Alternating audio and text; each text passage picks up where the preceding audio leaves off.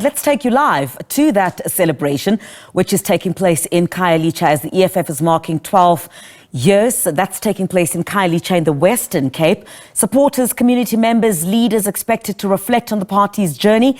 SABC News politics reporter Samkele Maseko joins us live once again. Samkele, I can see behind you, it's certainly starting to fill up, and some of the leadership has already started arriving.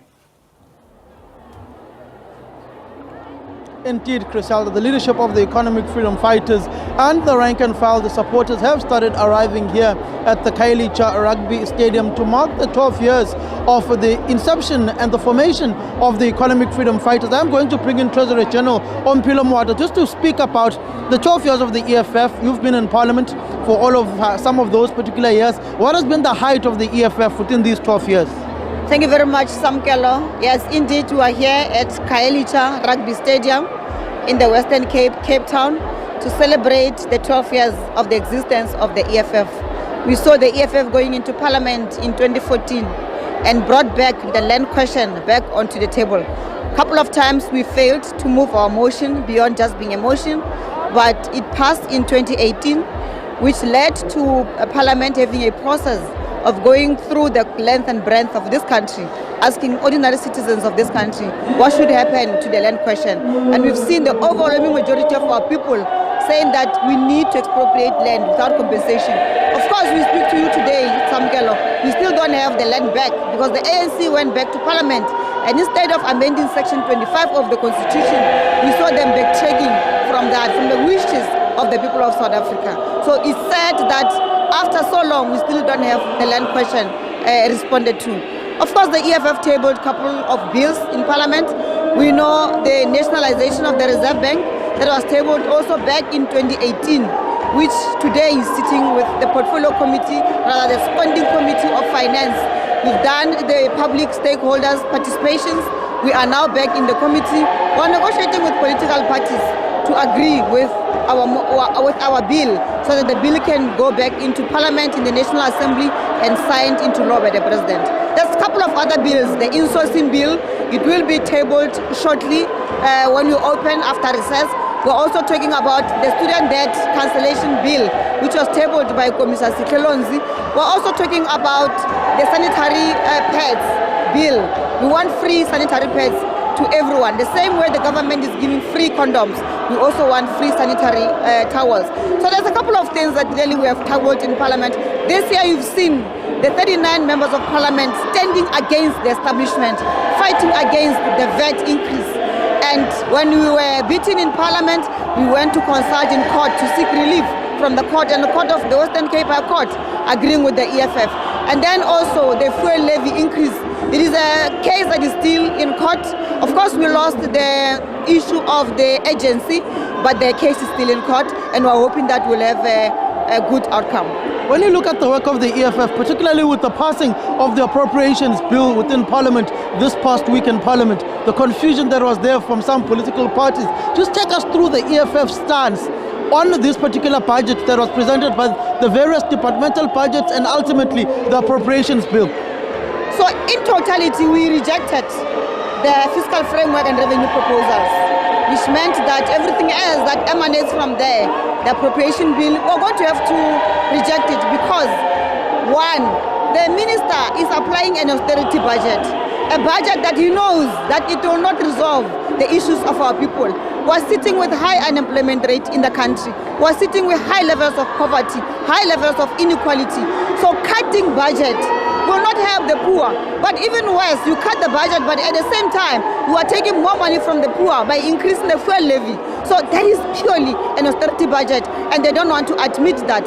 So you've seen now in the last week where they passed the appropriation bill. Of course, the confusion you're talking about is people who don't understand the issues. So instead of asking for assistance, because we've been here since 2014, instead of asking for assistance from us, they became arrogant. You can't reject the departmental votes, and then when you go to the schedule, you then agree with the schedule.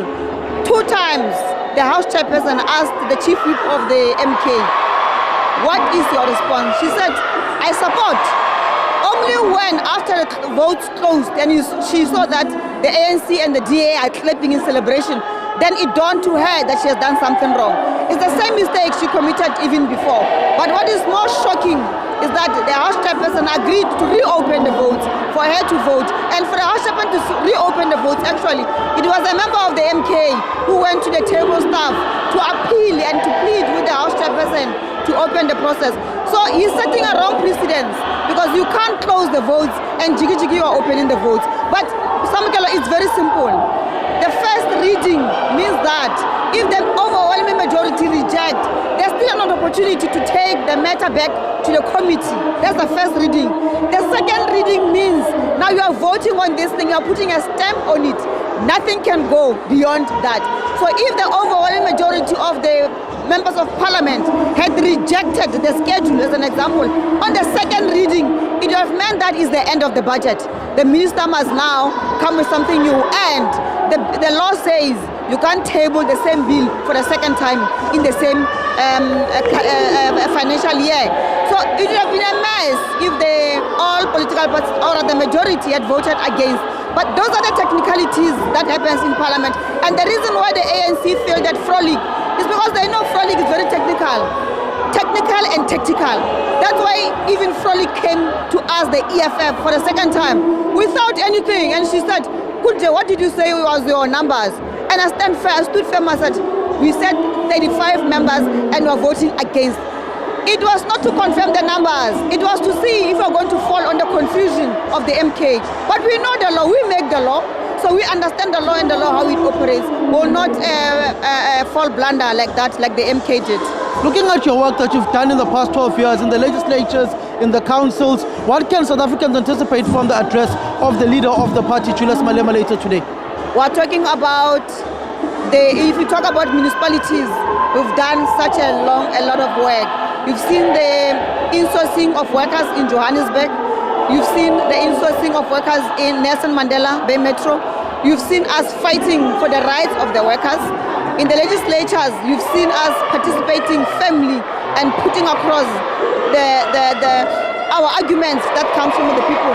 You've seen us in Parliament, Samkele. We put forward effortlessly against the mistreatment of members of Parliament, but also you've seen us participating in committees.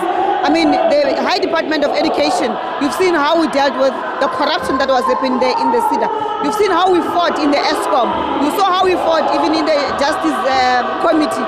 So we are everywhere as the EFF, we are fighting.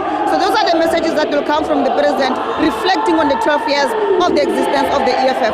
The South Africans must ask themselves the question, what would it be if the EFF was not established in 2013? We still maintain that EFF is the most influential political organization in the land. We might not have the electoral vote, the majority of the electoral votes, but Oksalayo, even the people who don't vote for us, if at work they are being ill-treated, they run to the EFF. So the EFF remains the hope of our people.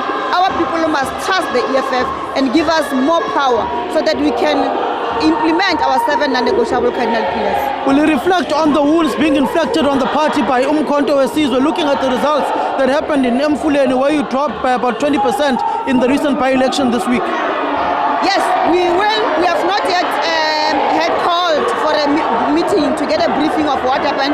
So we're going to go to the War Council to receive the report of exactly what happened, and we'll reflect on that. But Samkele, it can't be that you only talk about EFF, where is dropping the votes.